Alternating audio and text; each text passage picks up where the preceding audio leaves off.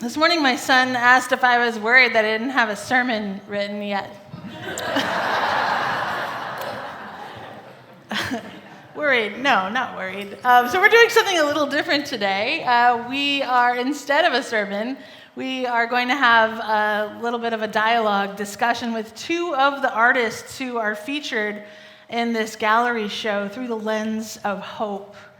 And so just something a little different, and helping me along with this dialogue and just gonna see what we learn and find out from one another. Courtney Brooks is my partner in this, and Courtney is our gallery coordinator. She's been our gallery coordinator this year with the Pilgrim Gallery, and Courtney is an incredible artist in her own right. She is a champion of emerging artists in Atlanta and has paved the way and opportunities and given legitimacy and hope, actually, as a curator. Courtney's curatorial voice is very powerful and clear, and she is also the winner recently she's the 2023 Abin Dooley Arts and Social Justice Award winner, presented to her by Arts Exchange.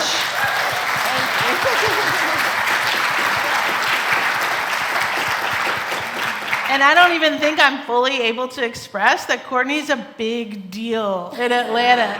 And it is really incredible that we have the opportunity to work with Courtney. And personally, I will just say that when we expressed to Courtney what our goal and our vision is for our Pilgrim Gallery, that it reflect the worship series, the work that we're doing in here, and the things that we're talking about in here, that we want to continue that dialogue artistically out into the gallery. Courtney understood that perfectly. And, whatever worship series that we come up with, we kind of come up with it together in conversation. Mm-hmm. And so Courtney has just been a tremendous thought partner with me. And I am so proud of the shows that Courtney has brought to UUCA's Pilgrim Gallery, and deeply proud of these two artists who we're going to hear from today. Thank you so much. That's such a beautiful introduction. Thank you so much. And I'm so blessed and honored to be here. So greetings, good morning, UUCA. Good morning. So I'm excited to have these two wonderful artists that I've had the pleasure of knowing throughout my curatorial career. We have Chilio and we have Miss Sue Ross. Chilio I have met through the community. One funny story, when I first met him, he made sure that someone walked me to my car, so he's been a gentleman this whole time. And Ms. Sue is a co-founder of Sistography, which is an all-black women's photography group, and I had the pleasure of curating a show back in 2019 at the Art Exchange, and so it's been just a pleasure learning her and being in her presence. So Chilio is an Atlanta-based photographer, designer, cultural influencer. He's also a BMXer, so he loves the biking community. He's always helping the youth. He's a godfather to many of the creative youth, a positive influence with a reputation as a mentor and trailblazer with the art community. So welcome, Chilio. Thank you. Pleasure to be here. Cool. You want to tell a little bit about yourself and just how you got started in photography real briefly before we move on? Yeah, for sure. I'm glad I'm here. I have a truck called Betsy, and Betsy went from 55 miles an hour to 45 miles an hour to 35 miles an hour on Highway 85, so I'm hopeful that I'm here today.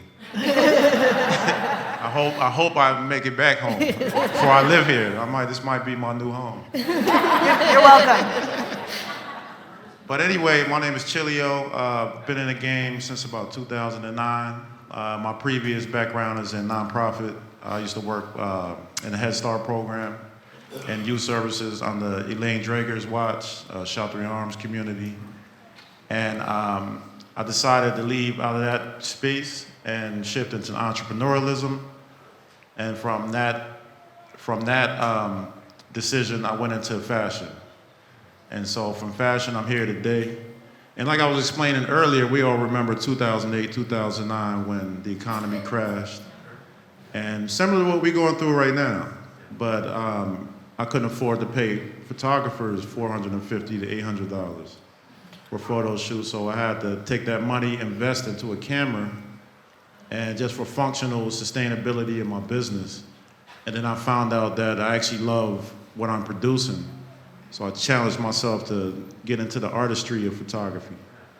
And from there, it really created a network and launched my career into the arts and on a high level. So I've done many high-level art shows. Fast forward, so I'm just happy to be here in this space, and the energy was very welcoming here. So my spirit is high. I'm at a high frequency level. Earlier today, I was in a very low frequency. But after the songs, I feel much better. Yay. I love that. Okay. And next we have Ms. Sue Ross, Susan J. Ross, also known as a photo griot, with a specialization in documenting images which portray the comings and goings of the African American cultural, political, social, and economic communities. In the African tradition, the griot is the oral historian holding the essence of African history and culture through the word. Sue Ross is a photo griot who uses photographs to tell the stories of African American community. And you have been just a pleasure and just a light beam throughout the community. If you go to her Facebook page, she has a whole history of everyone's birthdays and celebrations and just historical figures. And we're so honored to have you. So you can just tell us a little bit about how you became who you are today. Oh, wow. Well, thank you so much for that wonderful introduction. I am Sue Ross. I am a product of Atlanta Public Schools and education in Atlanta. My family moved to Atlanta in 1960 when I was about 7 years old, I think. And we've been here ever since. And it's been an amazing journey here in Atlanta. I came by photography as a way of just kind of documenting what I was doing, what my friends, and not as considered myself as a photographer for many years. I was a picture taker, I guess, and I had little brownie cameras and Instamatics, and graduated to very expensive little camera, Minoltas and Minoxes and Leica, little tiny Leicas, and didn't really get a 35 millimeter camera until I was grown and was working. But it's been my background, actually, my training. I'm the daughter of an anthropologist and a social worker. So I come from a perspective of understanding culture and serving the community. And so it's just something I picked up along the way. I began documenting what we were doing. When I worked in, my next door neighbor ran for mayor, Andy Young, and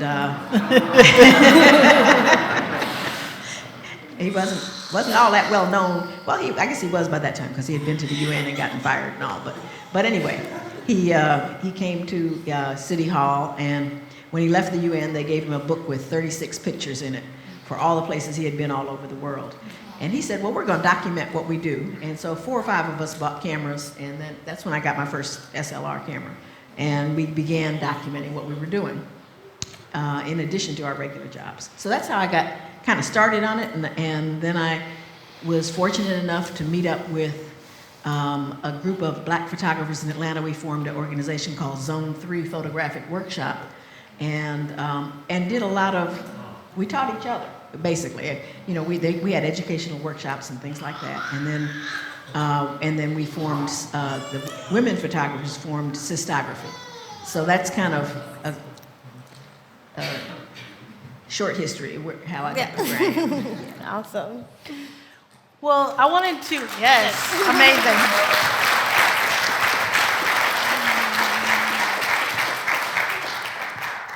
So I wanted to invite you, so they've been a part of this Rigorous Hope series, photography series that you have seen on the gallery for the past couple of months.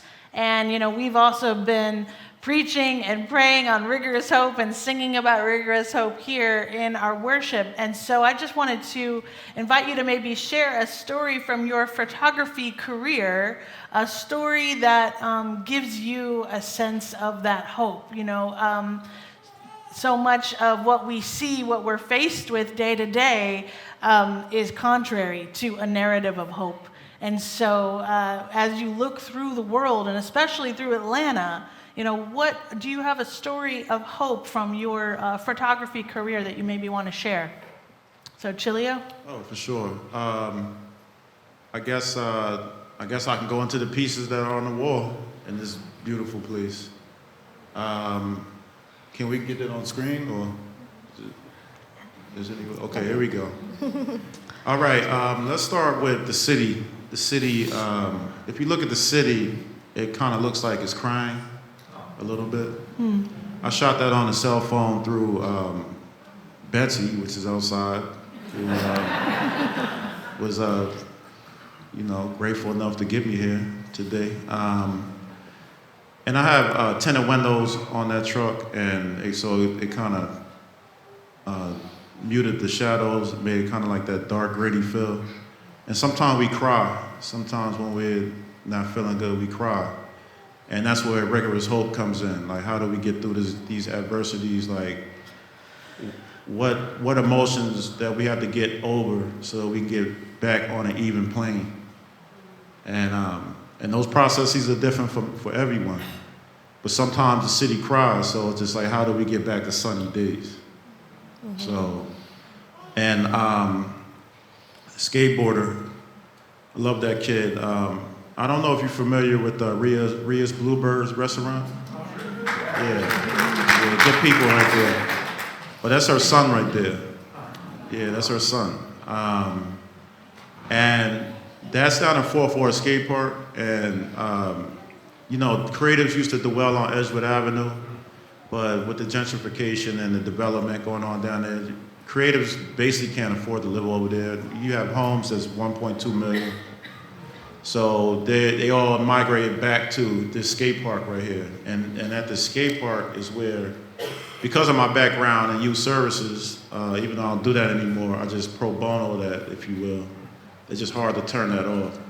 And he's one of the guys that kind of keeps the balance at the skate park in terms of violence, substance abuse, drugs. Ria's son is one of the guys that kind of peer on peer talks to the other youth about what they're down there to be doing, which is skateboarding and living your life as a kid, having fun, instead of staying in dark places, drug use, assault, things of this nature that come along with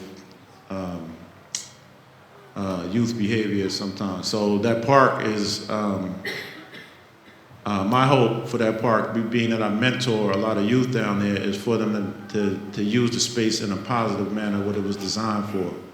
So now you see kickball, you see volleyball, you see gymnastics, you see skateboarding, you see music events, dance. And it's good to see creative community coming back to that space instead of being in more, and then, creators, we don't make a lot of money, at least most of us. So it's like we always dwell in at-risk communities, if you will. So my hope for that space is for it to be a safe space. We need more safe spaces in the city, just in general. And then fast forward to this guy right here.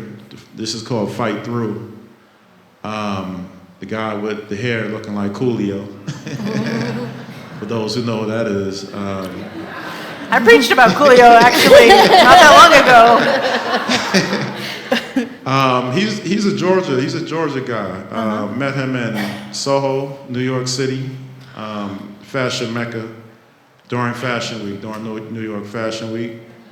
And every time I go to New York, I rent big pickup trucks. I don't know if it's a Southern thing. They're like, why are you always in the truck? I was like, I'm from Atlanta. That's what we do. So I kept seeing him on Mercer I just kept bumping into him like while driving the truck, and then he was at an actual pop-up, and I was like, I don't know what our connection is, but is it cool if I take a photo of you?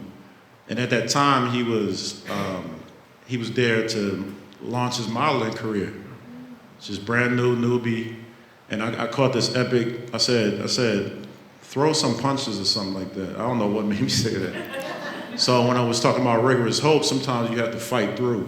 Mm-hmm. It's literally like a fight, you know.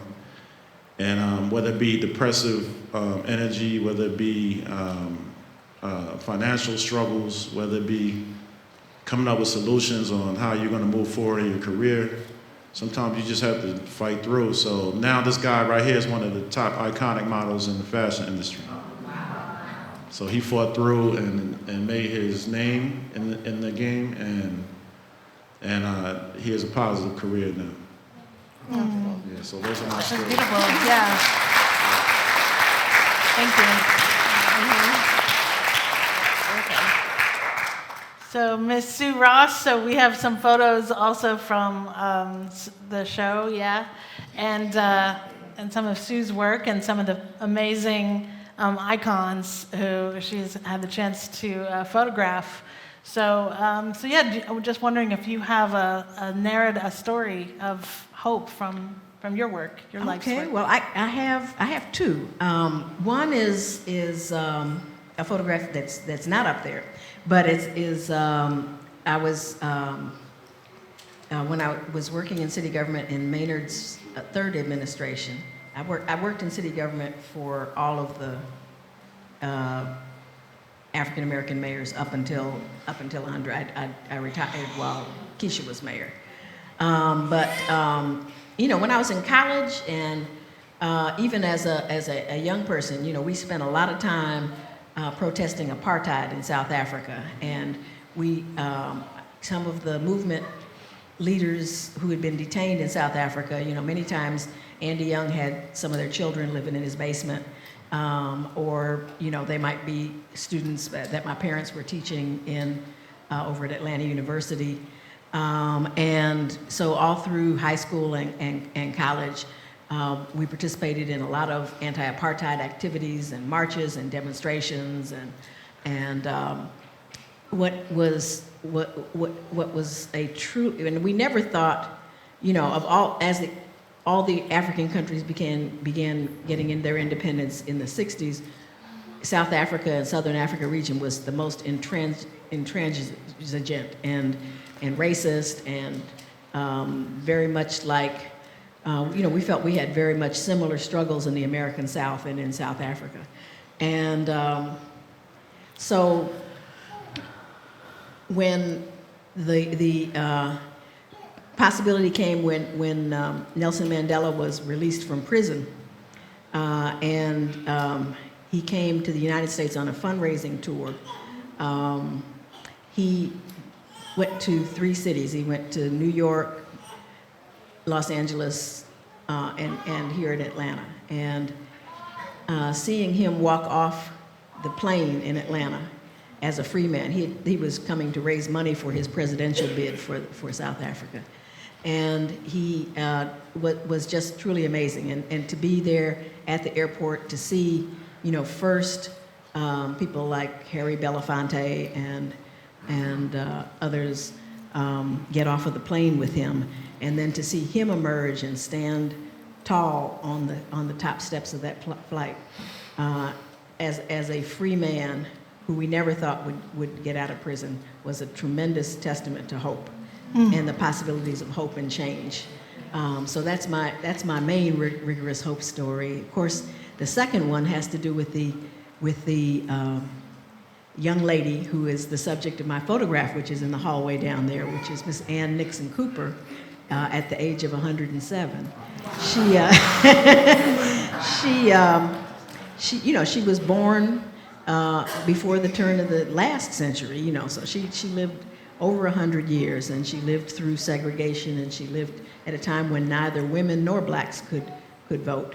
And she was one of my church members, the church mothers I go to First Congregational Church here in Atlanta, and I always knew her as a feisty, vigorous lady who was still dancing the electric slide at the age of 90. and I think she drove up until about 95, but I think they finally took the car away from her. But it was a joy of her life when she got to vote for the first black president, and she voted for Barack Obama. And many of you may have heard his acceptance speech where he talked about the arc of her life from the early days past at the ending of slavery. You know, she was born during the end of Reconstruction time, and the changes that she had seen over the scope of her century-long life. And she was able to. He did call her after he was elected and invited her to the inauguration. And unfortunately, she passed about 2 weeks before his inauguration. But she got to see that dream come true. So that's why her picture is paired with the Barack Obama "Yes We Can" poster in the hallway out there. But it is a testimony of hope that a small group of people can make a difference in this country.